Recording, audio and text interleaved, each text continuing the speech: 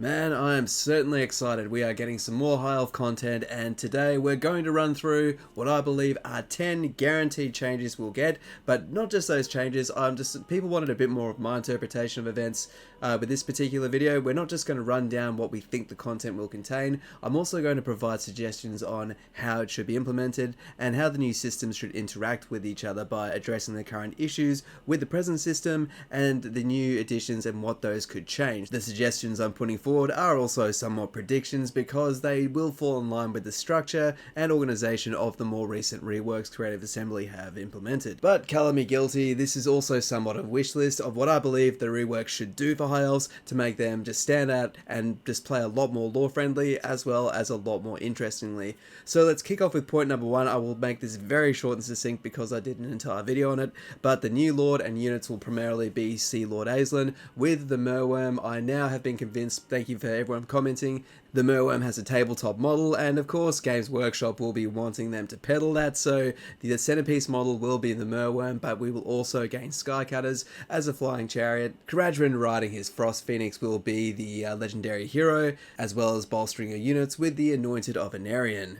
Sprinkle in some Sea Company or Sea Rangers, and that will essentially round out what Aislinn's faction will bring, and that will basically round out what we can expect from a unit perspective. The most important new unit that you will get as Aislinn will be the Lothan Sea Helm, and they will be the equivalent of the Black Ark in the Dark Elf faction. For those that don't play Dark Elves, basically a Black Ark is a mobile recruitment hub. You can board an entire army on there as well as hire your own units because they have their own building line. Similar to Vampire Coast essentially, you build up the main building and then you establish the military buildings or support structures. They can also fire bombardments within this ring of influence. Every single battle will gain benefit of them. Now because you use these as your primary recruitment hubs, the further you go inland, i.e. the further out of range you get from your Black Arks, the weaker you become, and that is how the High Elves should also play. Currently it doesn't matter where they go, so that it's just so unlore friendly, so in this case we need to give them something similar. I mean, it would be great if all the High Elf factions got this and this was built into the global rework, but I just can't see it happening. I think this might be exclusive to Aislinn, but this would mean you get some awesome board presence and of course increase the local recruitment capacity of any army within this range. But now we're talking about the mechanics. This was a difficult one because so many of the points I'm raising here will be taking power out of one area but then shooting a lot more power into another area. So if you think I'm just calling for the nerf bat, please bear with me, get to the end of the video and then roast away, and I'd love to hear what you have to say. So the first one is the economy rework. Now, despite having expensive units, the High Elf economy never really suffers, and it doesn't really work like a slow burn that explodes later with trade, like it somewhat should. My personal view is Creative Assembly have succeeded if they force the player's hand to make them play like the faction or race they are actually playing as. For example, the Wood Elves. Yes, you can try to paint the map, but you're not being an efficient Wood Elf player by doing that. The best way to play them is to travel through the Underway to another tree and then set up established trees, build your economy through there. Similar, Dark Elves need to be raiding and obtaining more slaves so they can grind them down to build up their empire, so they want to be active in the sea. So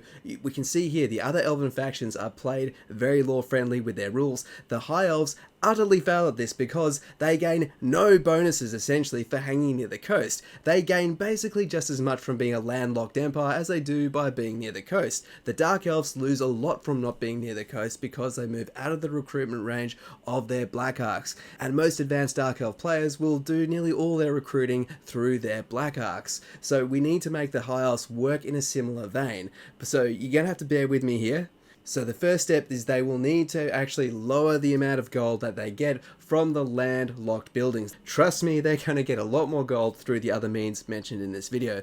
So basically, less gold from trinket makers or whatever they replace them with, less gold from the entertainment building, but what we should have is we should have more port revenue and then also a compounder on this which allows you to get more and more percentage from other ports, i.e. you're incentivized to hold more port settlements, this making you want to expand much more like a High Elf by keeping it coastal. Additionally, tier 3 and tier 5 ports could even provide a little bit of influence. Now, before anyone gets concerned at all by nerfing the landlocked buildings, what are you talking about? There's ports goddamn everywhere, and you'll see with my recommendations in terms of Confederation, you will quite easily be able to gain access through either confederating the local minor factions here, or by confederating your lord back into their homeland, wherever it may be in Ulthuan. There is going to be no shortage of ports for you to fund your empire with. This will inform many more difficult decisions in terms of your expansion. Instead of just expanding up to the north because it's convenient and there's enemies up here, we'll be thinking, well, what's going to make us more money?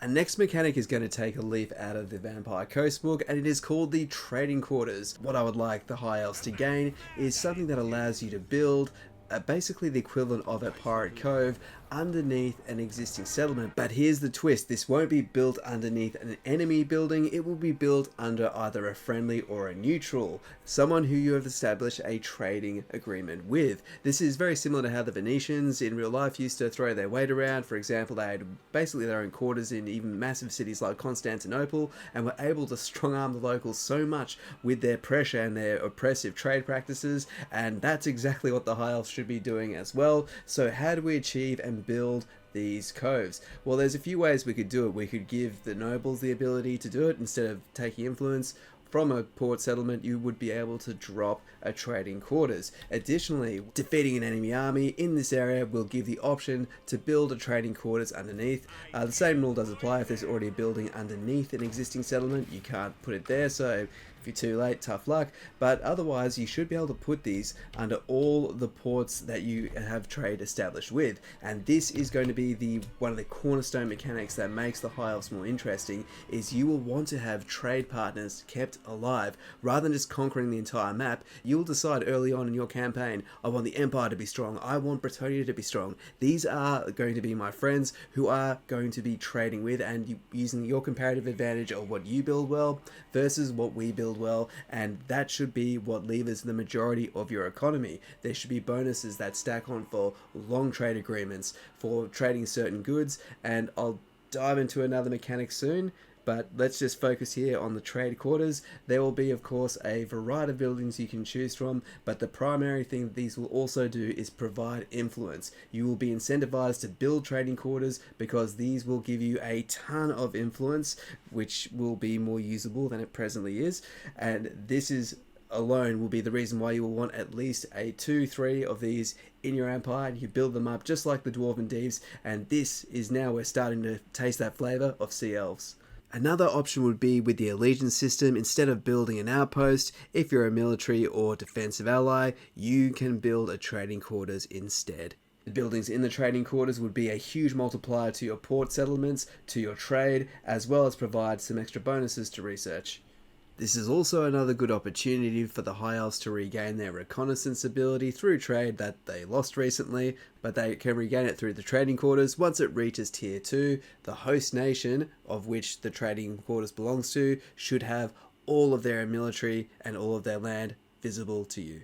Change number 4 is coastal military. Now, before you get angry, just hear this entire point and I promise it'll make more sense. So the first change we're going to make is, hold your breath, we are going to stop archers being recruitable from the main building. They will require a barracks now. Just first of all, think of what other faction in the game gets such good units from their base building. This is a huge advantage to High Elves, and it's one reason why they're so incredibly easy to play. This wouldn't actually hurt them that much because instead the port building at tier 1 will give you the recruitment for archers. Again, leaning into this where we will want to have ports, and don't tell me you can't find any ports as the High Elves. Tyrion starts here, lots of ports. Alariel starts here, lots of ports. Anar, lots of ports. The only person who could remotely struggle is going to be Eltharion, but Eltharion can recruit Mistwalker units. This will not gimp the faction, I promise you, but what this will do is it will mean that you need to basically stay around the coast. You need to focus on taking more ports. And is this really a bad thing? Well, you will still be able to hire spearmen from anywhere, but just ask yourself, how often do you lose archers in a battle? You lose your melee units first because they're the ones taking the damage. This really won't hurt you that much. Naturally, of course, you have Lothan Seaguard, but also I would make the shielded Lothan Seaguard available from a tier 5 port, because why not? This is getting a bit nitpicky, but also I would remove this edict, the Citizen Rally, to gain +1 recruitment capacity, because instead of this, I would have another buff, or just another option which will increase trade or influence, something like that. But instead I would have, at tier 3, your ports will give you +1 local recruitment, meaning if you do attack the High Elves, you shouldn't have too much trouble getting them to the coast, but at the coast they will give you absolute hell to remove. Next we have a trade network system, and this would be very, very nice and would interplay very well. Ulthuan would act as your central node, and the idea is each continent would have key ports and key locations. Certain ports you want to control, others you want to establish a powerful trade partner because they will be more efficient. Certain races and factions will have a better comparative advantage against certain goods, and this should be basically, there's a strategy in the way you want to lay out the map and establish your trade empire. The campaign could begin with a number of different trade nodes. The one you select will mean that you'll have to defend the waters over, say, 5 or 10 turns to completely establish that trade lane, at which point there'll be massive multipliers and benefits on those trade partners, as well as maybe some extra global benefits. This could be achieved through quest battles, or even just as simple as the Wood Elves, where you have to defend the trees. You could just have to defend this port from some various pirate incursions over, say, a 5 or 10 turn, at which point the trade lane is optimized, and you will gain the option to build a trade quarters in that port. Aislinn is the Sea Lord, so his campaign mechanic could lean even more into this, where he has to fight intermittent battles. Similar to over the end turn with Reichland, you'll have to defend your other elected accounts. Instead, you'll have to send reinforcements to protect shipping lanes. Number 7, research, and also maybe rights while we're at it, but honestly rights kind of function pretty good for the High Elves. They might remove them in place of something new, but in this case I'm mainly looking at the technologies. Technology tree, it's not a bad one, but it doesn't quite speak to some of their best units. Arcane Phoenixes could gain some buffs from here, but overall this is another place we could use influence. Some of these higher tier technologies we could see influences maybe a 5, 10, even 20 influence modifier to unlock. There will be more influence to go around, but we will also have more things to finally spend it on, as well as another tab which would give you the opportunity to late game confederate. Next up we have an influence rework. Influence at the moment is actually really powerful. It is probably the most slept on ability in the entire game. Now the problem with it is it's not that interesting for a lot of people. All we do is manipulate diplomacy as well as hire other characters, the better ones of course, requiring some influence to hire. But the problem is it's just very Warhammer 2 and doesn't quite speak to Warhammer 3, so what else could it do? Well, we could keep this. I don't mind this intrigue at the court mechanic. I wouldn't mind if maybe it's something more unique just to Tyrion, but what would be cool is being able to use influence to guarantee a trade deal, even if it's just trade, peace, non-aggression. Probably not viable with the current diplomacy system, but I think that'd be cool. Additionally, Tyrion or even all the elves could have a panel by which they can spend influence, and that would influence either your armies, your buildings, or both.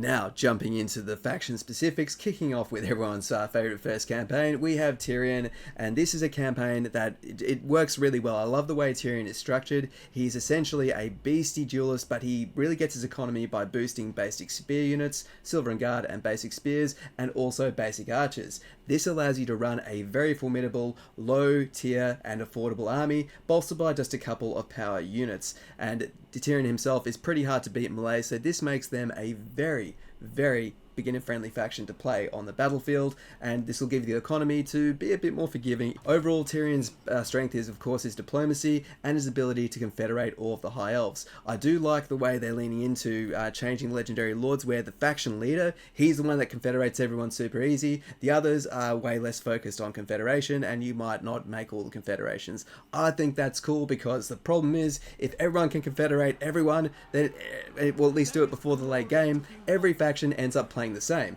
The Chaos Dwarfs are boring because, I love the Chaos Dwarfs, I love it, but there's no point playing the other lords because they have no climate and they can all confederate the same. After turn 50, you're playing the same campaign. At present, Alarielle has the best intrigue at the court. I do think Tyrion should also have an improved intrigue at the court, or whatever mechanic they do replace that with, but most of all, the ability to trade.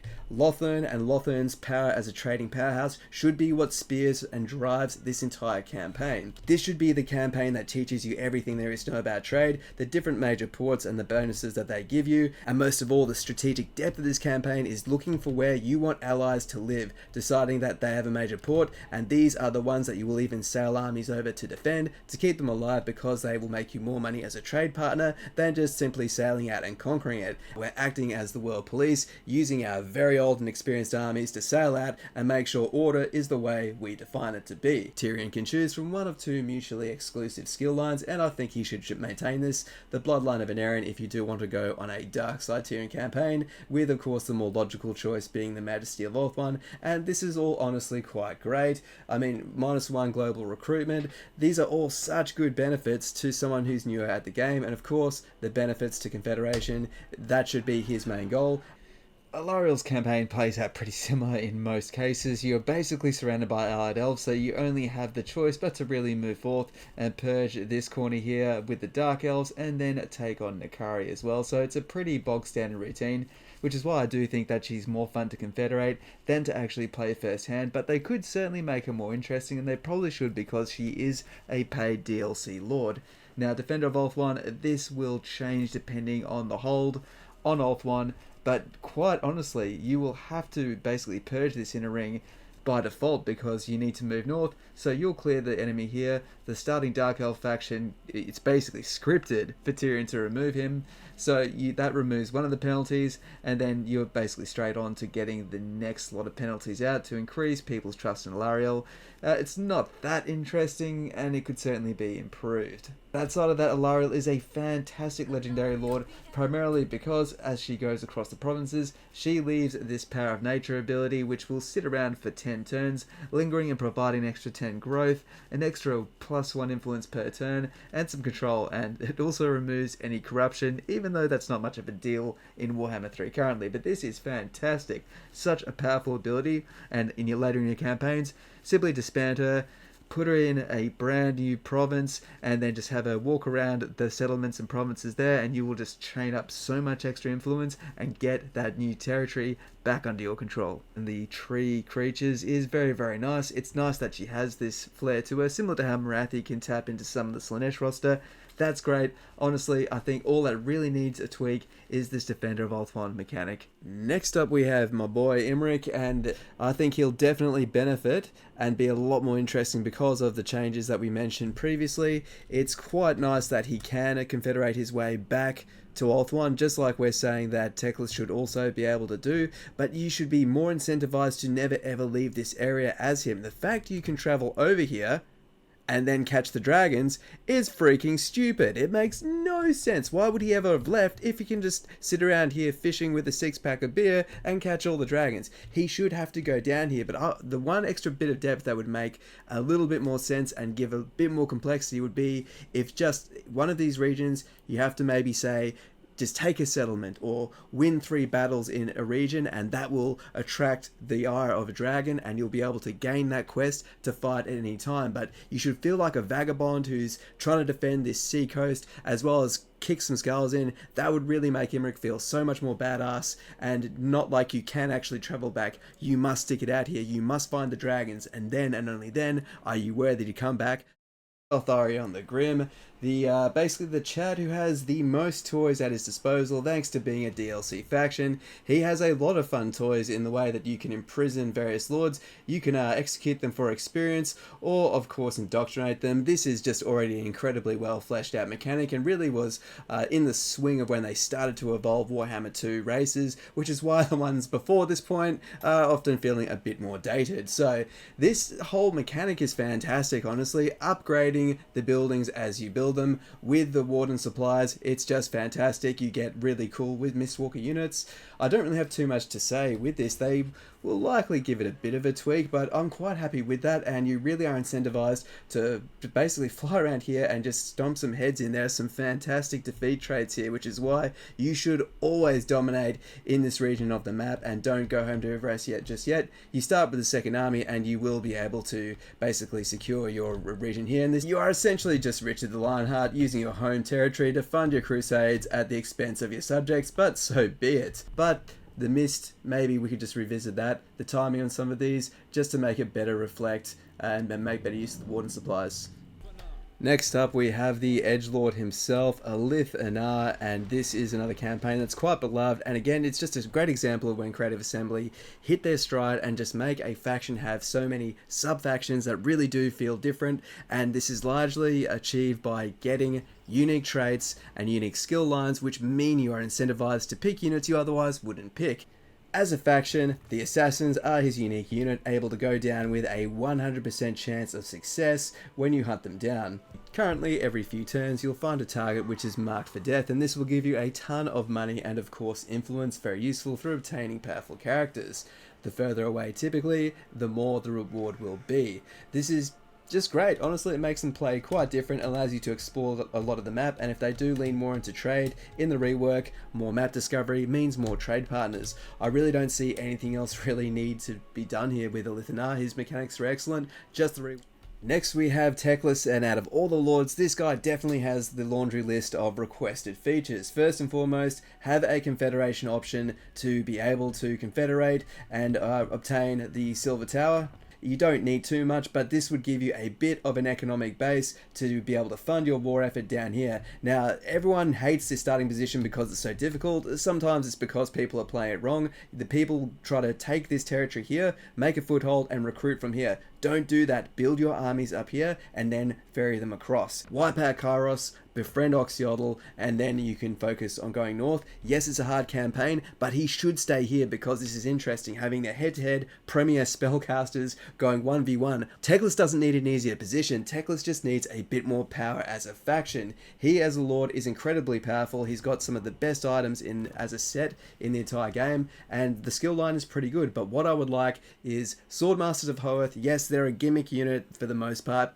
Have them be like Shadow Warriors. Give Teclis a couple of buffs to lower the upkeep and give a slight stat and damage increase to those units so they can form the front line of his infantry, and you are incentivized to bring them in your armies. You can have a unit that isn't really useful and outshone, but have that unit get significant buffs or become more useful and a cornerstone to another lord, and this means multiple playthroughs through different legendary lords are far more interesting. But as a caster, he's an absolute beast, but we could maybe rework with some of his bound spells. Let's not get too far into that. The College of Mages mechanic is amazing, and this is what he should get. He should be training up the most powerful mages in the world, and through having these really powerful casters in his armies, he will have a significantly easier time traveling south, taking out Kairos.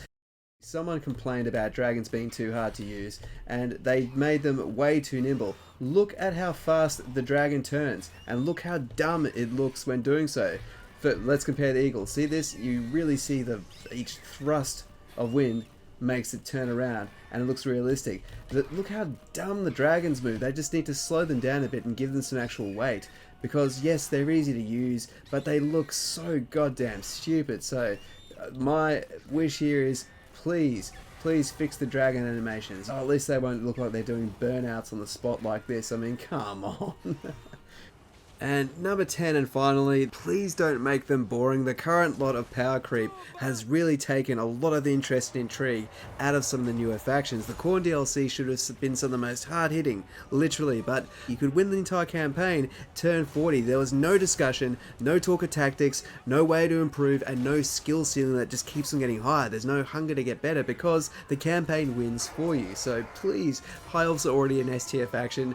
Don't make them boring. That's all I ask. Take away what you need to, but give them overall more flexibility, or technically more power, but more options to make more interesting and meaningful decisions. So please keep the High Elves strong, but don't make them boring. That's all I ask. So I hope you enjoyed this video. Please weigh in with what you think. If you do like or hate these recommendations, tell me what kind of high elf faction you want in the new rework. And thanks for tuning in. I'll see you next time.